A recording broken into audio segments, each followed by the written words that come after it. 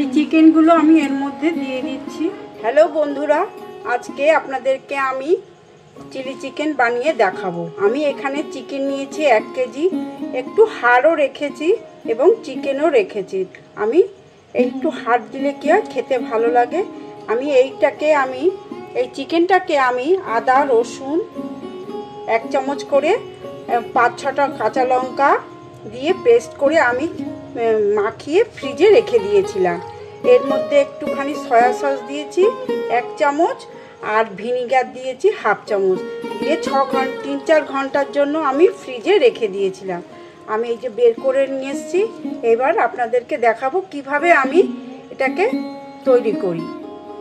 এই চিকেনের মধ্যে আমি 2টো ডিম দিয়ে দিচ্ছি ফাটিয়ে।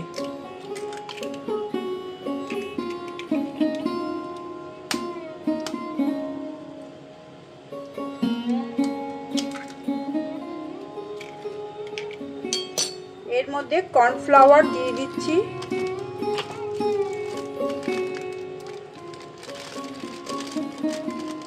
এখানে 1/2টা মতো কর্নফ্লাওয়ার ছিল, আমি সেটা পুরোই দিয়ে দিচ্ছি। ধরুন এখানে 3 চামচ মতো কর্নফ্লাওয়ার রয়েছে।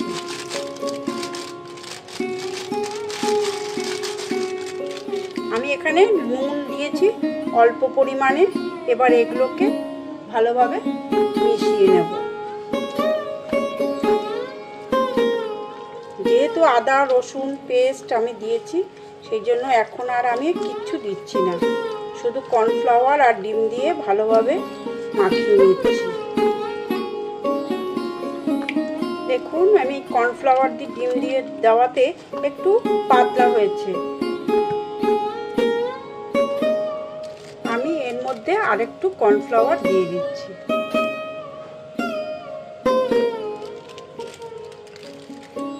পাঁচ চামচ মতো লাগে, যেহেতু 2টো ডিম দিয়েছি। এইভাবে সব মাখিয়ে নিলাম। এবার আমি এগুলোকে ভাজবো। তেলটা গরম হয়ে গেছে। এবার চিকেনগুলো দেওয়া মাত্র ছিটকাতে পারে, তাই আমি এর মধ্যে একটু হলুদ দিয়ে দিলাম, তাহলে আর চিকেনগুলো ছিটবে না। এবার একটা করে চিকেন দিয়ে দিচ্ছি।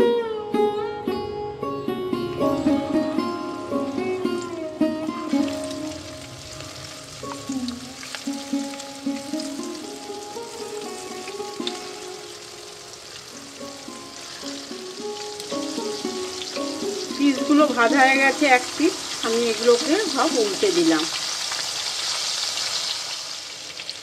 চিকেনগুলো ভাজা হয়ে গেছে, এবার আমি এগুলোকে তুলে নিচ্ছি।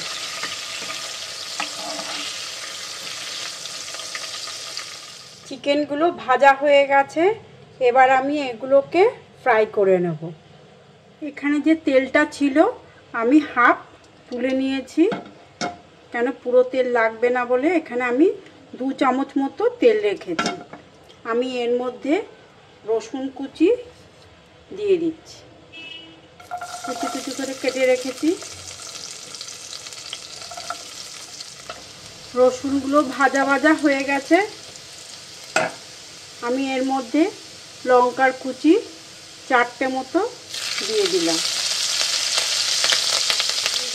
আদার কুচি। রসুন আদাটা ভাজা ভাজা হয়ে গেছে, লঙ্কাটা আমি এর মধ্যে এই যে পেস্টটা করে রেখেছি আদা রসুন কাঁচা লঙ্কা, সেইটা আমি এর মধ্যে দিয়ে দিচ্ছি। এবার এটাকে কষাবো, কেন আদার একটা গন্ধ আছে রসুনের, সেটা ভাজা ভাজা হলে সেই গন্ধটা চলে যায়। দেখুন তেল ছাড়তে শুরু করেছে। আমি বেশি তেল দিইনি, অল্প তেলে করব। দেখুন হয়ে গেছে এটা ভাজা ভাজা। আমি এর মধ্যে 1 চামচ, বড় চামচের 1 চামচ চিনি দিয়ে দিচ্ছি, যেহেতু চিলি চিকেনটা একটু মিষ্টি মিষ্টি ভাব হয়। এখানে দিয়ে দিচ্ছি 1/2 চামচ মতো হলুদ, এখানে 1/2 চামচ মতো নুন দিয়ে দিচ্ছি। এখানে পেঁয়াজের পাপড়িগুলো আর ক্যাপসিকামগুলো বক্স মতো করে রেখেছিলাম, সেগুলো কেটে রেখেছিলাম, সেটা আমি এগুলো এর মধ্যে দিয়ে দিলাম। এই যে টমেটো সসটা আমি বাড়িতে বানিয়েছি, এইটা আমি পুরোটাই এর মধ্যে দিয়ে দিচ্ছি। দিলে চিলি চিকেনটা খুব টেস্ট হবে। এইভাবে আপনারা যদি টমেটো সসটা বাড়িতে বানান দেখবেন খেতে দারুণ লাগে। আমার ইউটিউব চ্যানেলে এই টমেটো সসটা আছে। এই যে চিকেনটা আমি রেখেছিলাম যেটা ভিজিয়ে, সয়া সস ভিনিগার, সেই জলটা আমি এর মধ্যে দিয়ে দিচ্ছি।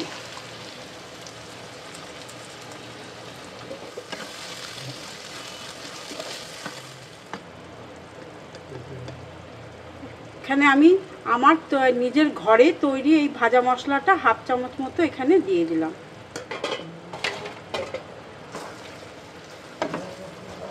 ভালোভাবে মিশিয়ে নিলাম।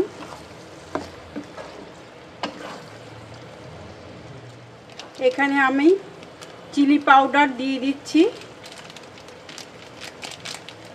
আপনারা আপনাদের ঝাল বুঝে যেটুকু লাগবে সেটুকু দেবেন। আমি এখানে হাফ চামচ মতো দিলাম।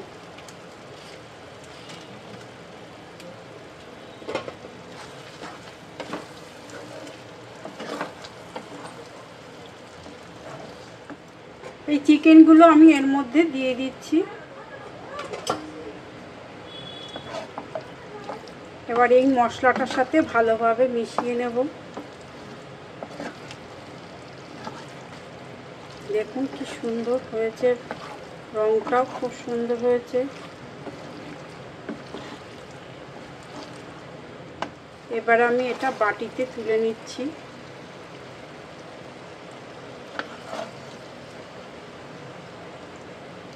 যে কোনো ড্রিঙ্কস বলুন, ফ্রাইড রাইস বলুন, লুচি পরোটা যা হোক, এইভাবে বানালে খেতে খুব সুন্দর হয়।